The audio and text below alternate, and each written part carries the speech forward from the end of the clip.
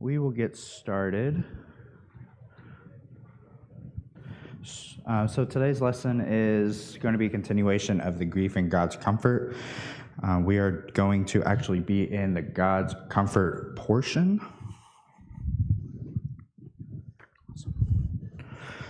And we will start in a moment. I got to get a clicker. Sorry.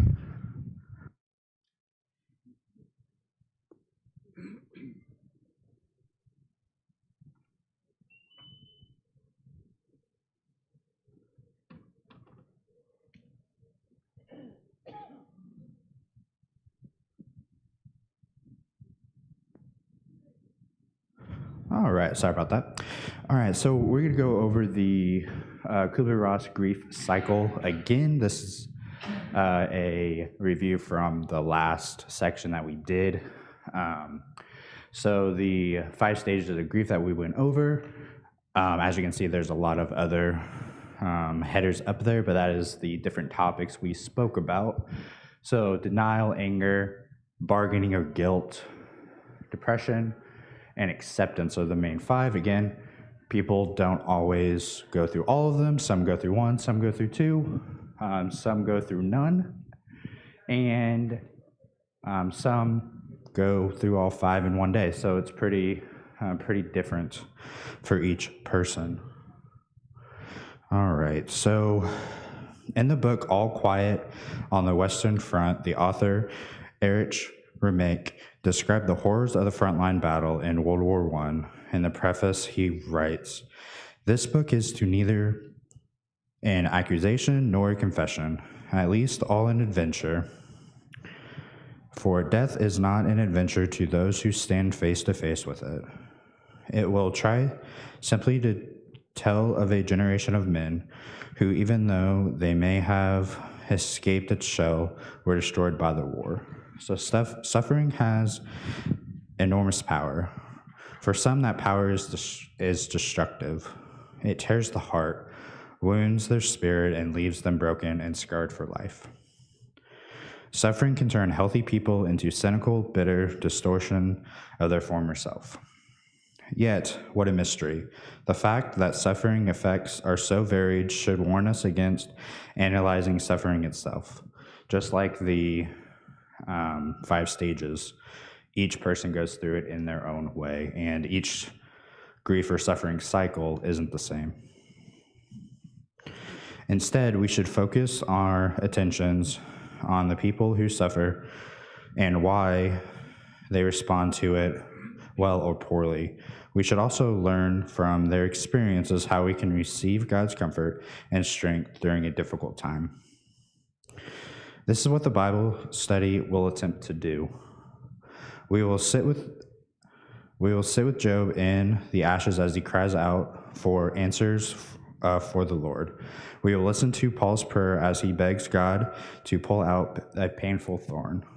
We will discover why David's fear is replaced by strength and confidence when he is surrounded by his enemies. And we will consider the supreme example of suffering and triumph.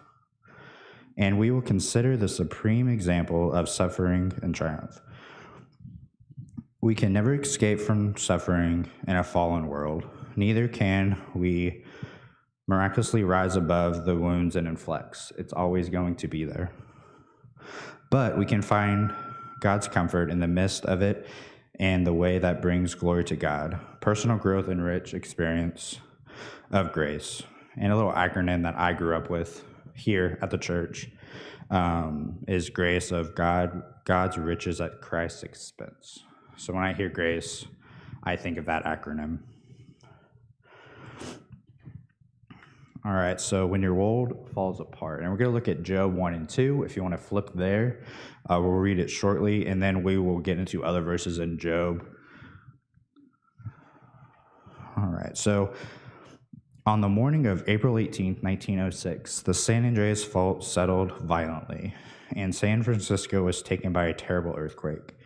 Huge cracks opened up in the earth, buildings shuddered and collapsed, and fire swept through the city, leaving it virtually destroyed.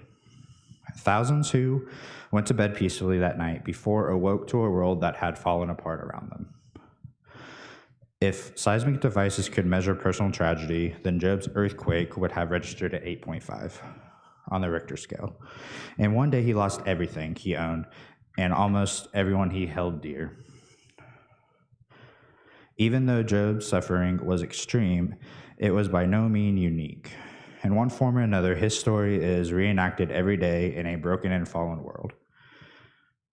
During such time, we find that Job's personifies our grief and our painful sense of loss. Okay, so before we hop into Job 1 and 2, so what time frame do you think Job occurs in?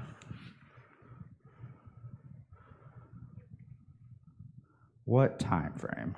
Where do you think? New Testament or Old Testament? Old, okay, good. We passed that one. That's good. That's good. A little easy question for the harder ones coming up. That's good. All right, so most scholars think it happens after Genesis 11, which is very odd because it's in the middle of a book of Genesis. But Genesis 11, if you want to flip there, it is, at least in my Bible, which is ESV, the titles of the chapters are, so after Tower of Babel and before the call of Abram. So many Bible scholars, if not most, think that Job is one of the oldest books of the Bible and describes the life of a man who lives sometime after the flood and before Abraham. And since God calls Abraham in Genesis 12, most chronological reading plans place Job between Genesis 11 and 12.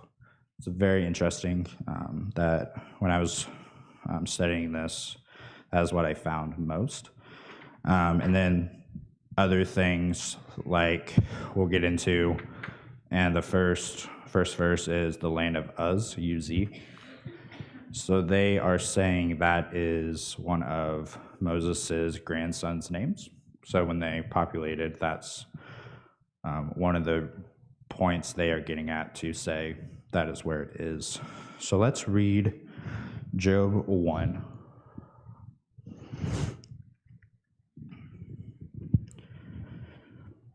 There was a man in the land of Uz whose name was Job, and that man was blameless and upright, one who feared God and turned away from evil.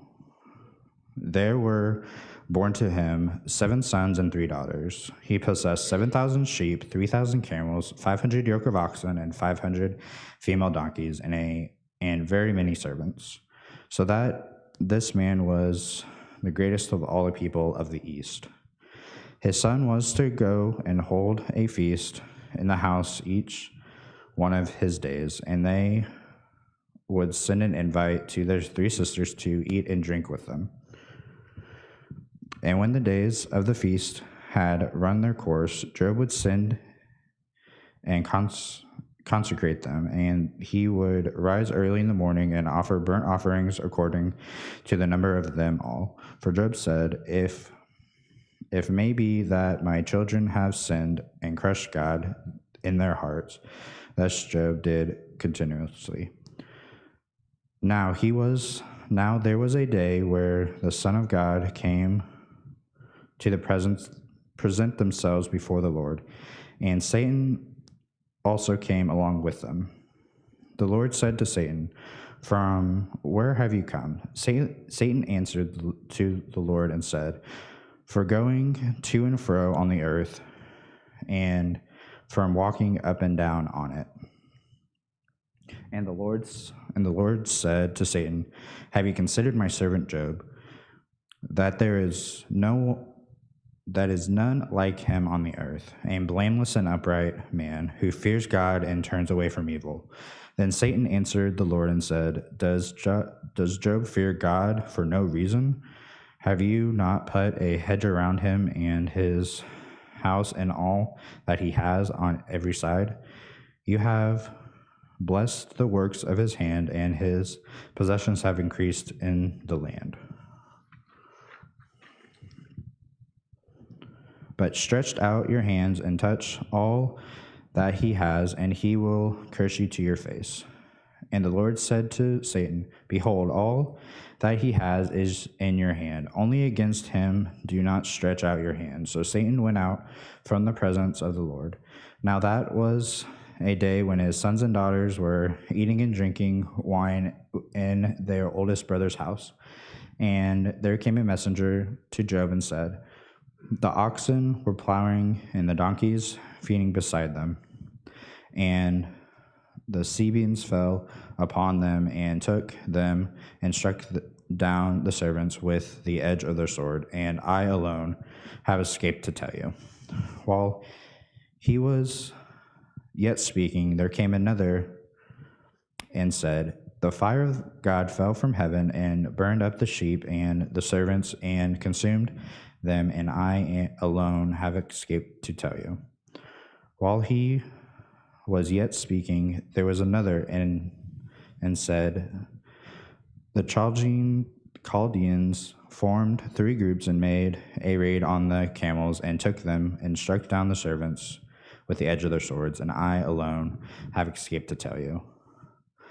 While he was yet speaking, there came another and said, Your sons and daughters were eating and drinking wine in the oldest brother's house. And behold, a great wind came across the wilderness and struck the 4 corners of the house, and it fell upon the young people, and they are dead. And alone I have escaped to tell you. Then Job arose and tore his robes and shaved his head and fell on the ground and worshipped. And he said, Naked I come from my mother's womb, and naked shall I return.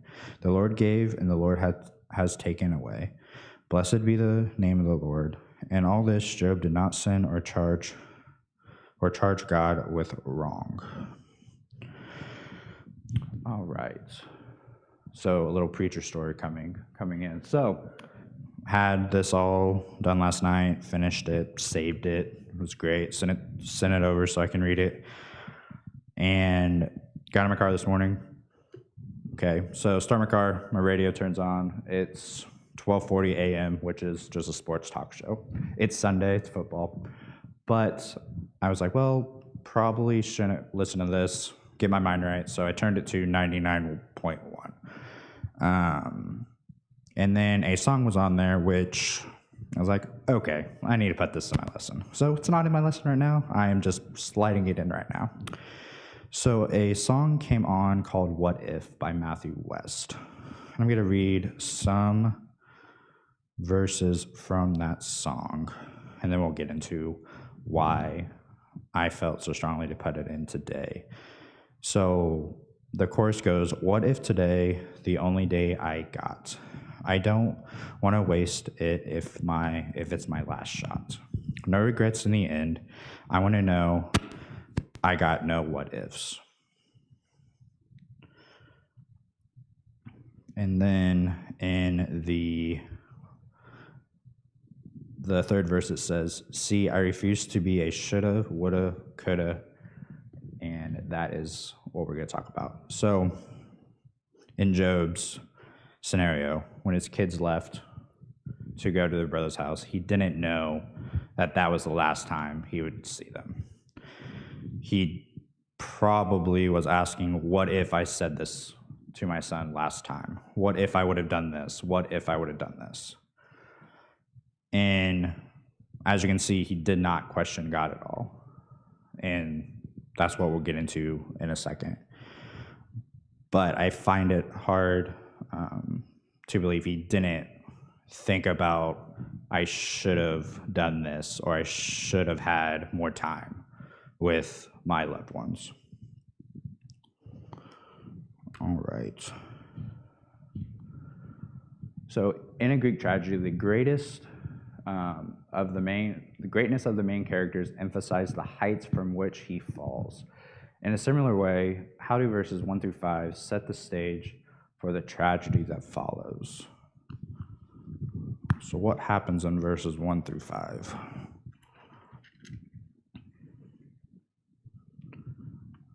Basically, it just talks about how high he's risen in world standards. He's famous, he's known about the region he's Everybody knows who he is. He has everything.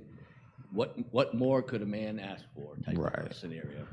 He had 7 sons. He had plenty of livestock, 7,000 sheep. I'm sure back then that was a lot. Today it would be a lot. Many servants, 3,000 camels, 500 yokes of oxen, 500 female donkey, and very many servants. So he was known around the land, like David said. So with all of that greatness, if you go with the Greek tragedy, it will fall. So even if you took 500 of his camels, it'd be like a devastating blow to the man, right? Right. So this is just going to go, waylay him and completely take away everything. Wow, what a tragedy. Yeah. So taking anything away from him, even a son or a daughter, that's tragedy enough. But taking everything away from him, that is very detrimental. And we'll see what Job does here shortly. All right. So at the outset of the story, why do you think that we are allowed to overhear the conversation between God and Satan, verses 6 through 12, a conversation that is never revealed to Job and his friends? So why do you think God wanted us to hear this conversation?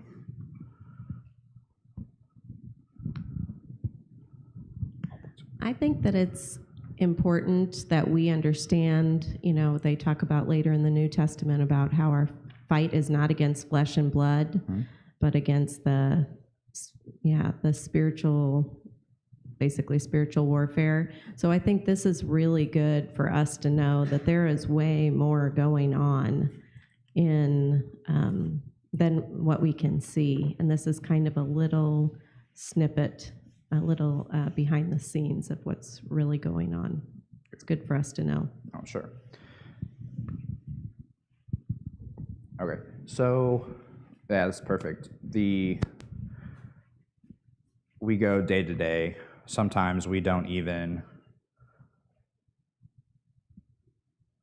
acknowledge God, right? Sometimes we think everything is going well. We don't even think, why is this happening? Because God is allowing it to happen. He is watching over us. And I think he wants to show that he is always thinking of us and he has high standards for us. So the name Satan means accuser. What is the essence of Satan's accusation against Job, verses 8 through 12? Job has everything, so of course Job has everything, so of course he follows you. Why wouldn't he? Right.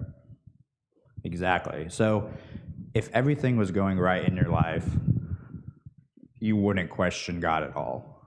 There would be no reason to, just like Richard said.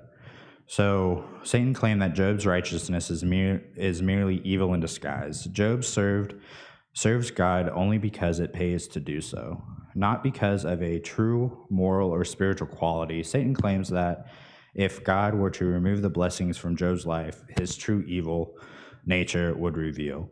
God takes up the challenge in order to prove the genuine nature of Job's love and loyalty. To put yourself in Job's place, how might you have felt as a wave after wave of disaster strikes in 13 and 19? So if this happened in your life. Well, much less has happened in my life, and I've gone off not the deep end, but certainly immediately started blaming God for the minor things that have happened. I mean, I can't imagine that when I read what Job does right there, that's totally foreign to me. That at the end of it, he's worshiping God. That would have been Amazing that that's his initial response. Mm-hmm.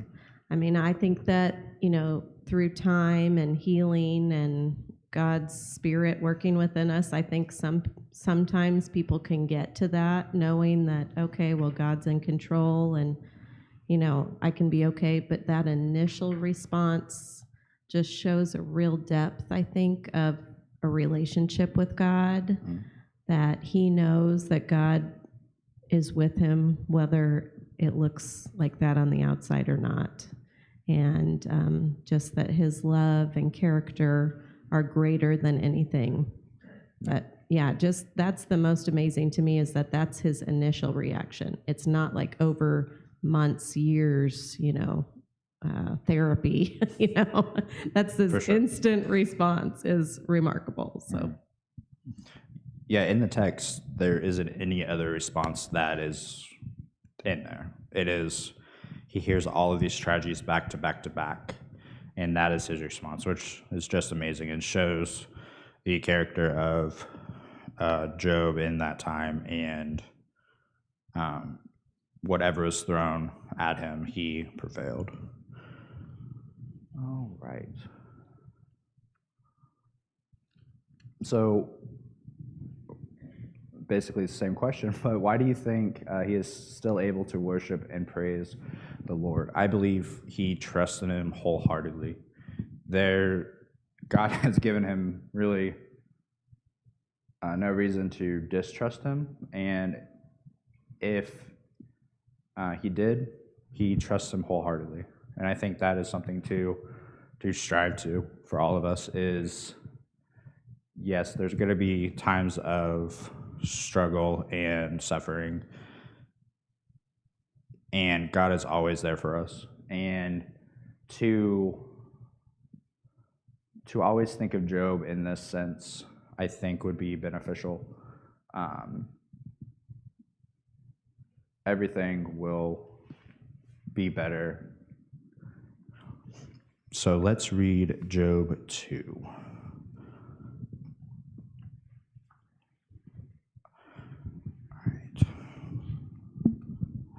Again, there was a day where the sons of God came to present themselves before the Lord, and Satan also came among them to present himself before the Lord. And the Lord said to Satan, "Have you considered my servant Job, that there is none like him on the earth, a blameless and upright man who fears God and turns away from evil? He will still hold fast his integrity, although you incite me against to destroy him without reason." Then Satan answered the Lord and said, "Skin for skin, all that a man has, he will give for his life. But stretch out your hand and touch his bone and his flesh, and he will curse you to your face." And the Lord said to Satan, "Behold, he is in your hands, only spare his life." So Satan went out from the presence of the Lord and struck Job with loathsome sores from the sole of his feet to the crown of his head.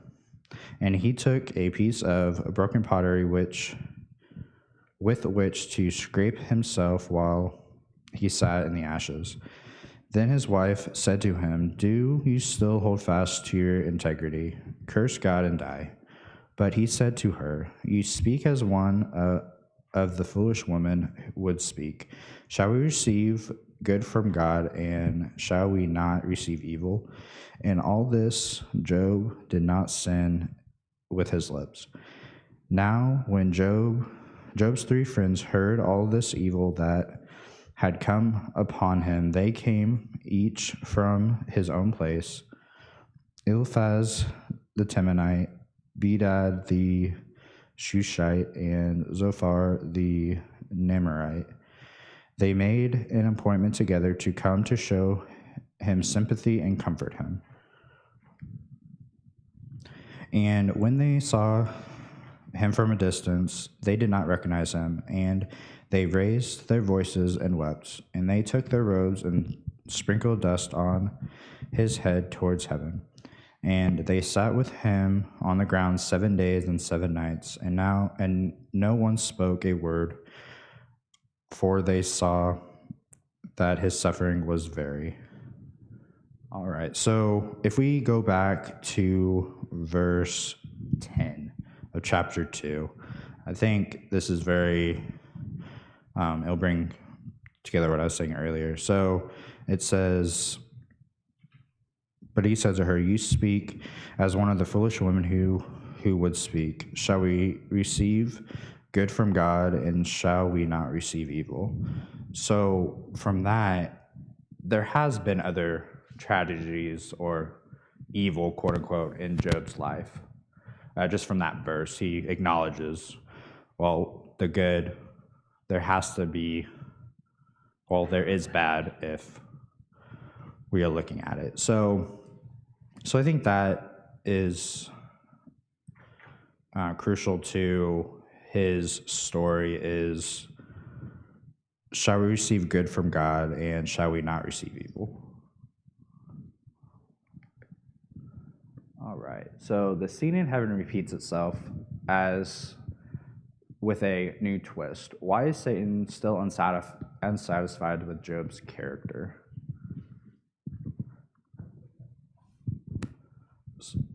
Yeah, so I think he's unsatisfied because he didn't get what he wanted. He took everything away from Job that he held dear: sons, livestock, daughters, everything, and he was left in ashes. And he still worshipped God. So Satan was not happy about that, and he tried again. And I think that happens all the time. If we persevere, it does not mean it's going to be an easy path going forward. It's still going to be hard, but that is the walk that we want to live with God. So why would Job's new afflictions intensify the pain he already feels? So in chapter 2, we really don't get into the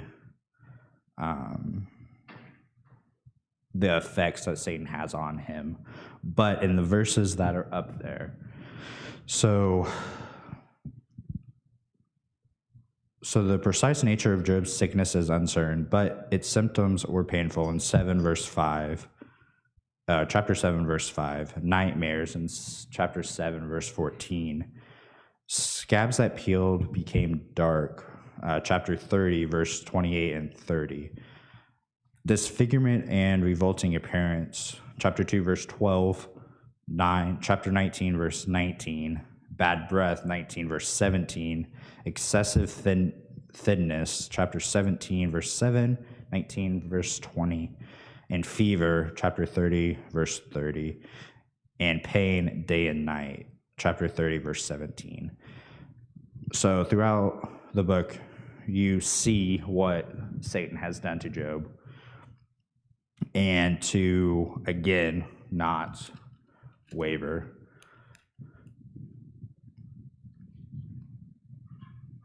So what can we learn from Job's friends about comforting those who's suffering this intensely, or with any suffering at all?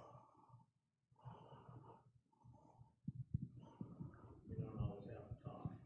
Correct, yes.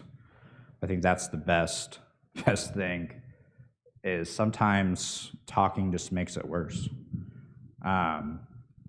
Again, going back to the stages of grief, not everyone goes through the same thing. And even if you try to relate to someone's suffering, it's not the same. But if you just sit with them and be quiet with them, I think that does a great deal. One more. Oh, sure. I think it changes over the course of the book, but one of the things that is really, and I hadn't really ever seen it before, is that when they came and saw his pain, they were weeping. Mm-hmm.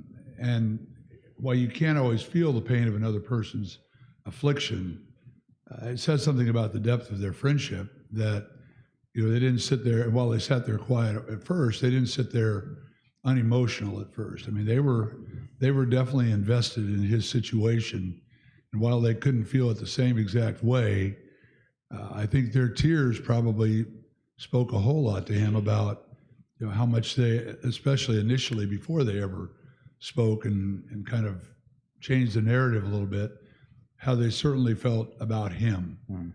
And that kind of goes back in one respect to the first chapter, where it tells about the character of Job is so worried about his kids and their relationship with God that he goes to levels that may not have anybody else have done to kind of make sure that they were aware of the fact that if you sinned, kind of pull it back together. I mean, he was so intent on relationships, his family, his friends, that comes out very, very strong. And it may be a side lesson for us about how are our relationships? Are we, if we're in those similar situations, are we the kind of people that really have invested in other people so that they maybe can be a silent voice of comfort?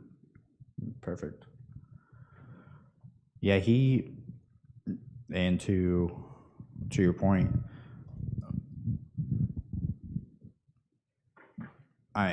the emotions that his friends shared with Job, I'm sure he took that to heart, and he knew he had a good system around him. To close, in his book, God is Closer Than You Think, Jonathan Orthberg writes that Job's friends sat on the ground with him for 7 days and 7 nights. No one said a word to him because they saw how great his suffering was. It's worth pausing here for a moment. Imagine sitting with someone in silence for 7 days. This was such a powerful act, it became part of Jewish life. To this day, there will speak of sitting Shiva, literally sitting 7, because friends will come and sit with the one who mourns over a period of a week. This is perhaps the greatest example in Scripture of what Paul's command in Romans, mourn with those who mourn. He doesn't say, find an explanation to give them about why they are suffering, or remind them everything is going to be okay, so they can stop mourning now. And we'll conclude today's lesson. Thank you.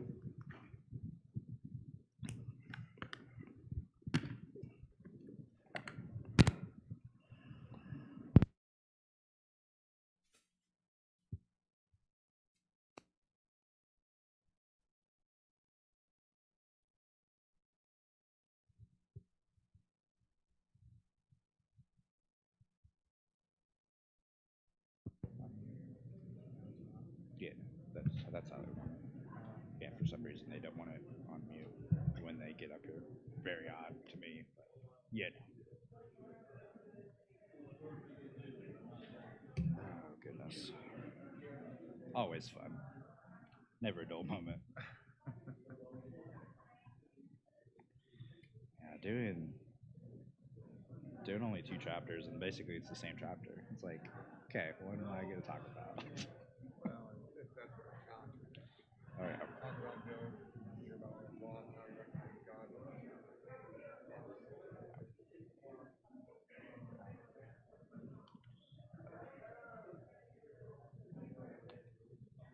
Thanks, sir. Appreciate it. No problem.